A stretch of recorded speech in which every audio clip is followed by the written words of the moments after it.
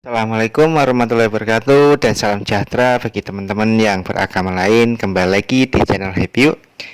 Kali ini kita akan bahas materi PPKN di kelas 11 untuk SMA, SMA, SMK, MA atau MAK, yaitu di bab hak asasi manusia di part 2 di pertemuan kedua. Oke, ini sudah ada tujuannya, bisa dibaca sendiri. Kita langsung saja ke materinya. Kita ini yang part 2, kita akan bahas yang sub C dan D.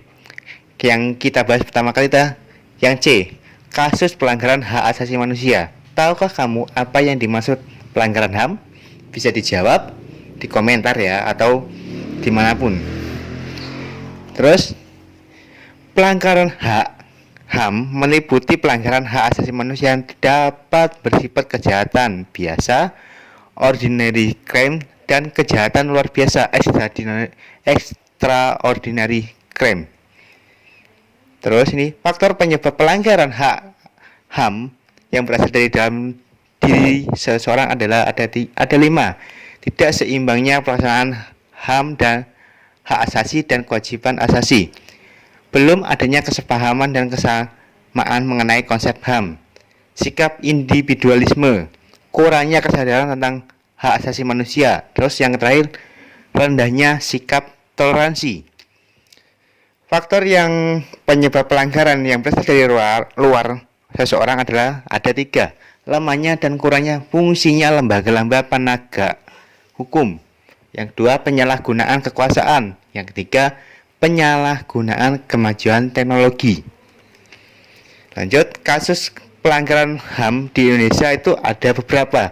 Yang pertama, peristiwa Tanjung Priuk 1984, peristiwa Aceh 1990-98, kasus terbunuhnya Marsina 1993, kasus terbunuhnya wartawan Udin 1996, tragedi Trisakti dan Semanggi tahun 1998, peristiwa kekerasan di Timor pasca jajak pendapat 1999, dan yang lain masih banyak. Ini ada beberapa contoh.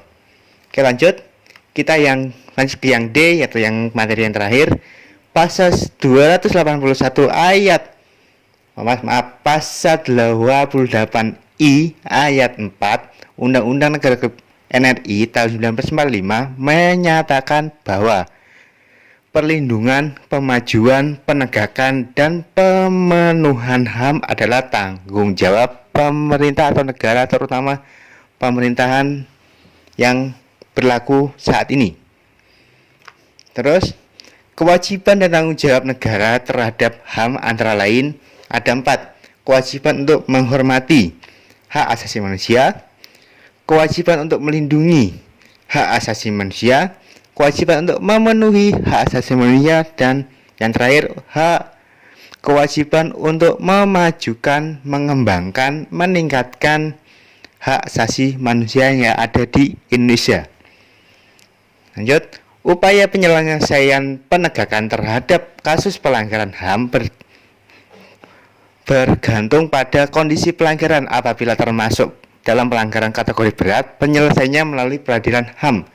Namun apabila pelanggaran merupakan kategori ringan atau biasa, penyelesaiannya pada peradilan umum.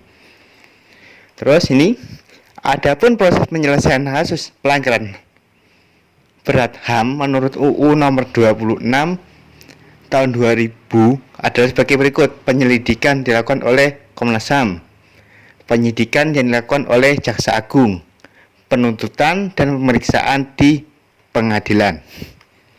Itu saja materi untuk hak asasi manusia di part 2 ini. Kalau ada pertanyaan bisa komen di bawah ini ya. Terus jangan lupa subscribe, like, dan komen ya. Saya Iri, assalamualaikum warahmatullahi wabarakatuh. Salam happy.